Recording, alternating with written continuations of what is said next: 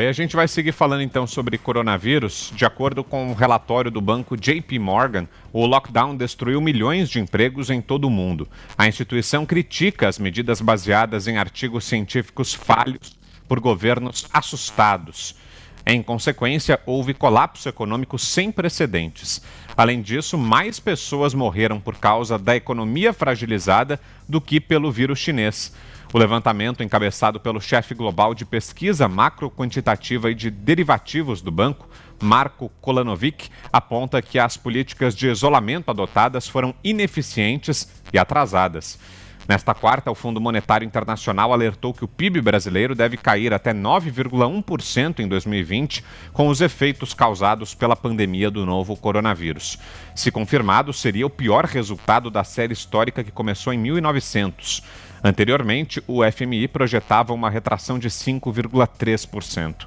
Já para 2021, o fundo elevou a estimativa de crescimento de 2,9% para 3,6%. Tá aí, Fius, um retrato do que você tanto fala aí, do sufocamento social provocando mais vítimas que o próprio vírus chinês, Fiuza. E o curioso, né, Vitor, esse estudo do JP Morgan é mais um, né? A gente já trouxe alguns estudos aqui de instituições acadêmicas, americanas, algumas inglesas, outras, mostrando o custo social, mas não é custo econômico, não. O PIB é só um detonador da tragédia humana. Então, tem estimativas, inclusive, nos Estados Unidos, de mortes por mês. Né? São em torno de 15 mil mortes por mês por conta de doenças represadas e efeitos de asfixia social, econômica, ou seja, de paralisia da sociedade.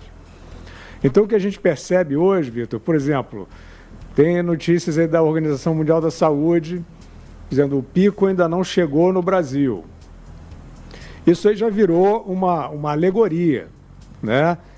Eu tenho muita curiosidade para saber quais são os fundamentos da OMS para dizer isso. E a OMS também tem a mesma curiosidade, porque ela não sabe.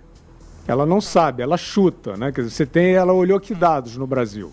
Ocupação hospitalar não pode ser, porque está decaindo, né? Não pode ser também esses registros aglomerados de óbitos de vários dias que aparecem em um dia para dar a impressão de que há uma escalada da pandemia, né?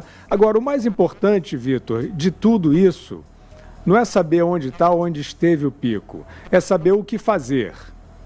Então, a diretriz sobre o que fazer está, uma parte dela está no estudo do JP Morgan, dizendo não é uma escolha tranquila trancar o funcionamento de uma sociedade e deixar todo mundo em casa. Se puder, fique em casa, mas como assim? Se não puder, faz o quê? Circula clandestinamente, a gente finge que não vê. Então, o dado que precisa estar na mente de todos de boa fé é o seguinte: mais de 90% dos óbitos estão no grupo de risco, né? Esse dado é constante em várias partes do mundo, né? Provavelmente é um dado constante da pandemia. E, ao mesmo tempo, a média de idade dos óbitos está sempre acima dos 70 anos. Na Itália, por exemplo, está acima dos 80. Então, a pergunta é, vamos ou não vamos sair do tabu, né, de não poder tratar o isolamento rigoroso, né, dos grupos de risco, rigoroso, em relação também às pessoas que podem circular? Porque não adianta você dizer fique em casa, aí você vê, por exemplo, eu vi vários governadores e prefeitos aí, não, nós somos fique em casa, estamos salvando não sei quantas vidas, etc. e tal. Aí você vê um transporte público cheio. Cadê o governador? Cadê o prefeito?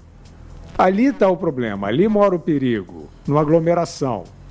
Então, é o momento, esse estudo ajuda, né? As sociedades precisam superar esse medo de discutir a circulação responsável, né, das pessoas que não são vulneráveis, né? Elas vão circular, vão manter o distanciamento e elas têm sim que guardar um isolamento completo das pessoas que são vulneráveis. Senão, inclusive, represamento, de contágio, porque depois você solta mal, né? E as pessoas vão se infectar e vai ter uma segunda onda, uma terceira onda. Né? Então é um estudo muito oportuno e que as pessoas olhem sem preconceito para ele.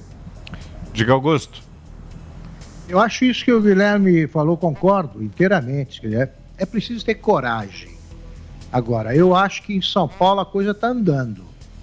A capital agora vai abrir bares e restaurantes na semana que vem. Aqui a coisa diminuiu. Jornalismo funerário, claro, cresceu do interior. Não, o interior está acima de São Paulo, cresceu sim, mas ele só está à frente de São Paulo porque caiu em São Paulo, que era o maior epicentro da pandemia. Então isso eles não dão. Onde cai, eles escondem. E é um negócio fantástico, né? Eu estava vendo ontem a manchete da Folha, é um primor, assim. A cada 5 cidades brasileiras tem a curva crescendo. Eles podiam ser mais gentis com os leitores, mais clementes, e publicar a seguinte e verdadeira manchete: 4 em cada 5 cidades não tem preocupações, não precisam se preocupar com a curva do coronavírus. Essa é a notícia. Mas essa eles não dão.